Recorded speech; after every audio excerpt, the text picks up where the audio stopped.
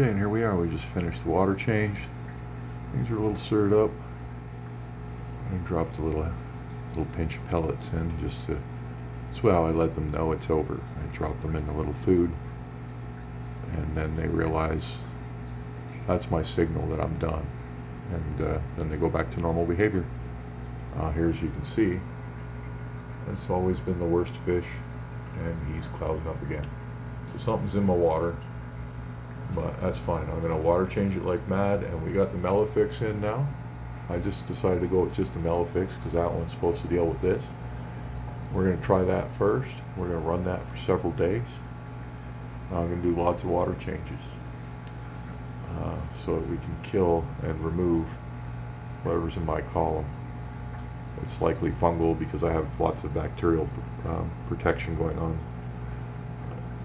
So I don't really know of any equipment that deals with fungus. I think that's something you got to deal with chemically. So Melafix in the water column. I'm going to remove it from my water column because it's clearly in this tank,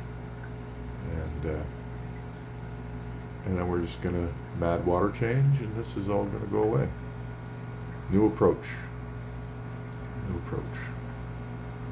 So everybody's happy and healthy otherwise. It's just their eyes don't look pretty, and I want them to look pretty, and I'm not going to leave them like that because I'm sure over time it will be bad for him. He's still a little pissed off from the water change. Seems otherwise fine. This new fish is kicking butt and taking names. He's going to be my next fast grower.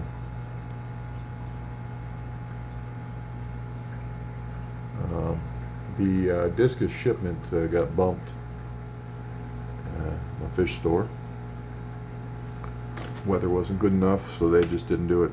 It's been a little cold up here this past week, and so they decided not to do it. Rightfully so. It's an expensive shipment. You don't want to freeze them out.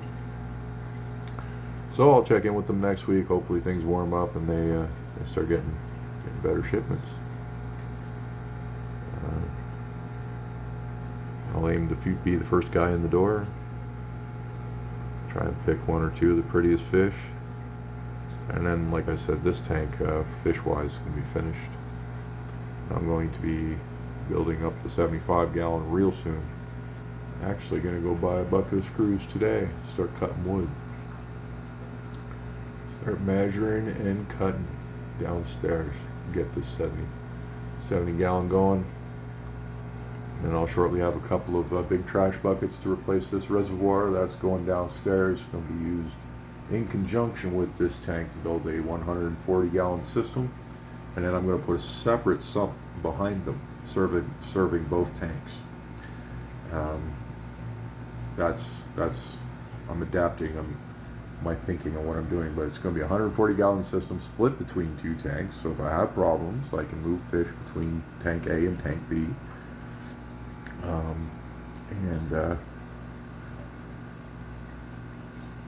Just, instead of this just sitting there as a reservoir, I want to use it. So we're getting buckets for the reservoirs, and this tank's coming into play. It's going to be a 75 plus 70 gallon tank, one on top of the other, with a sump sitting in between them, and the water circulating through the whole system. I think it's going to work really good. I think we're going to have this might turn out to be my best setup when I'm done.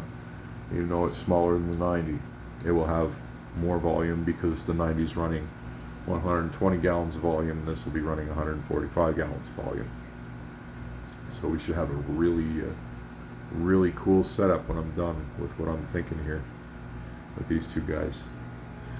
So I'm going to start turning some screws tonight and cutting some wood. Hopefully I don't lose a finger. And I will keep you all posted. Melafix is in the tank. Everybody seems to be okay with it. Even the new baby eel is not showing any signs of distress.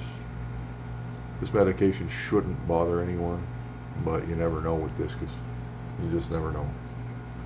So I'll be watching them intently for the next couple hours to make sure they don't go south on me. tank's primed up really nicely. And I even have a new 4-liter jug of prime coming in today.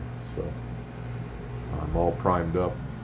And we're gonna water change ourselves out of this mess, because that's what I think's gonna do it for us.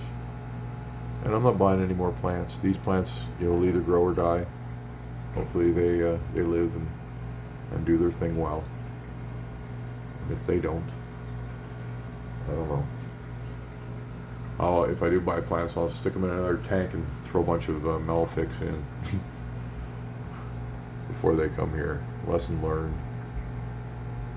Lesson learned. It could have been worse. I just never thought a plant could do this to a fish, so.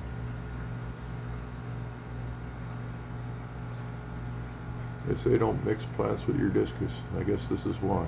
But once I get over it, I have plants in my tank and it will benefit the fish and the water quality. That's what I really want. So sometimes you pay a price. And that's fish keeping, folks. That's fish keeping right there.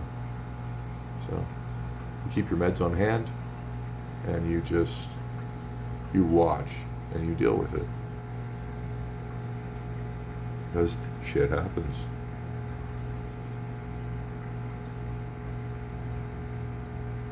As you can see, everybody's happy. They want more food. I didn't put very much in and they're still looking for it.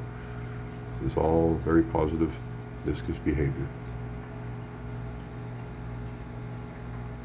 Except for a couple of them still pissed off from the water change. They're okay. Even catfish are out. I added my rummy nose and my neons in here because the rams were nervous. So I put these in to act as ditherfish and other smaller targets. So now the rams feel at home. They're not hiding anymore. They're doing their thing. Really hope I have a boy and a girl, but we'll find out. But yeah, they're out now instead of being afraid because they see the smaller fish, and that's often the case. So.